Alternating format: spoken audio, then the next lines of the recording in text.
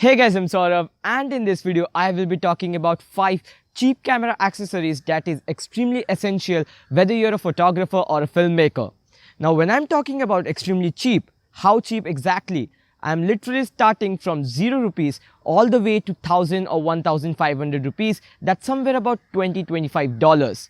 I'm very excited for the video. Hope you are too. Without wasting any time, let's get started. The first thing I'd like to talk about is a remote. Now, if you have seen my videos, you might have seen that I focus a lot on using a remote when the camera is on a tripod and you're capturing long exposures. Now, I use the remote a lot of times, especially when I'm shooting long exposures, because I don't want to maintain a physical direct contact with the camera. So when you press the shutter button, there can be a bit of camera shake and that can result into a shaky image.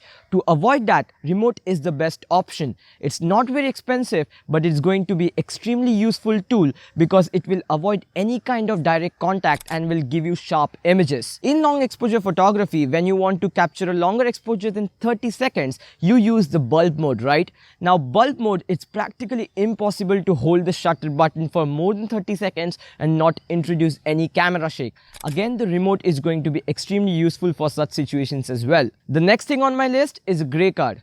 Now a grey card is a card which is grey in color. I know you knew that. But a grey card is basically 18% grey. Now why does 18% grey matter so much? Why is the number so important? Now when your camera is metering for a proper exposure, your camera is looking for a perfect grey. So when the lighting conditions are complex, you might see that the subject is kind of dark or bright depending on the lighting situations, and your camera is finding it very difficult to get a proper exposure. That time you can use a grey card, place it near or in place of the subject and get the proper reading. Then when you take the image with the subject, you will be sure that you are nailing the exposure each and every time. So grey card can be used for perfect exposure. The other thing where grey card is used is for getting perfect white balance.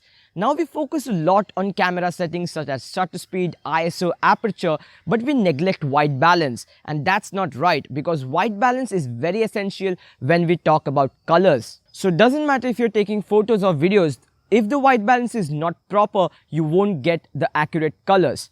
So if you're shooting video, you have to set the white balance before shooting the video. You can use the grey card to manually set the Kelvin temperature till the grey card looks exactly grey, or some cameras even have the option where it can set the custom Kelvin temperature according to the grey card. So you just place a grey card and tell the camera that this is perfect grey and it will adjust the Kelvin temperature according to it. Then you are sure that you will get the most accurate colors. In terms of photography, you get a lot of flexibility. When you take images and if you use a different white balance and you don't get your colors right, you can still fix it in post-processing. You don't get the same level of flexibility in videos. Most of the post-processing softwares will have this option. In this video, I'm using Lightroom. So when I'm adjusting my white balance, there's a color picker option. I select that and then I tell Lightroom that this is the perfect grey.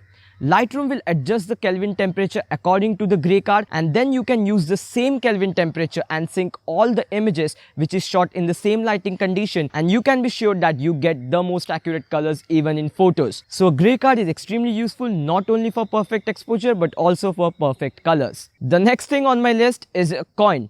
I told you I was talking about extremely cheap things in this video. Now if you're a photographer or a filmmaker, you will obviously be using a tripod.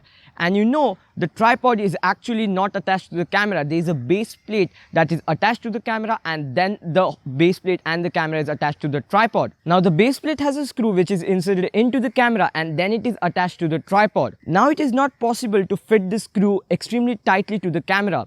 And if it's not tight, the camera might move, and then what's the purpose of your tripod? So a coin is going to be an extremely handy tool. I use a coin all the time, whether I'm using a ball head or a fluid head, and a coin is always handy, right? If you're carrying a wallet, you will have coins, or I keep 4 to 5 coins in my camera bag because it is very handy when you want to attach your camera to the tripods. The next thing on my list is a rubber band. You heard me right. So this particular accessory will be useful for filmmakers much more than for photographers. So videographers use fluid head a lot of times for smooth panning and tilting shots. Now even if you're using the best fluid head, you can still introduce some shake because you have direct physical contact with the fluid head. Now to avoid that, I use a rubber band. I use a rubber band and then I move it in the direction I want the camera to move. Obviously it's the opposite direction. So if I want my camera to move right, I pull the rubber band to the left side. That's common sense. So now since I've avoided direct physical contact, I can get extremely smooth shots and I can be sure that there is no vibration in my fluid panning and tilting shots. The last thing on the list is a cleaning kit. Now, whether you're a photographer or a videographer, your cameras and lenses have to be clean. A lot of people ask me, how do I clean my camera sensors? My answer to them is I don't clean them by myself. I like the professionals to do that, because while cleaning sensors, even if you mess up slightly, you can mess up with the whole sensor and it can be very expensive later. But what I do is I clean my cameras and lenses regularly with the cleaning kit I have. Now, a basic cleaning kit will consist of a microfiber cloth and an air blower. The microfiber cloth will be helpful for removing the fingerprints, the smudges you have on the lenses, and the air blower will be helpful to remove the dust particles. So whenever you are changing lenses and the sensor is exposed, you can use the air blower and blow some air to remove the dust particles. Now again, sensor cleaning is very important, but you won't do sensor cleaning every time. But cleaning your cameras and lenses with the cleaning kit and maintaining them will be very helpful, and make sure that your cameras doesn't catch fungus or dust very easily. So make sure you get a cleaning kit and maintain your cameras and lenses. So these were the 5 things I wanted to share with you in this video. A lot of people say that photography accessories are very expensive. There are some accessories that are very cheap yet very useful. I hope you found the video useful, and if you did, press the like button. If you loved the video and you haven't subscribed to the channel, subscribe to the channel right now. I will talk to you guys in the next one. Bye.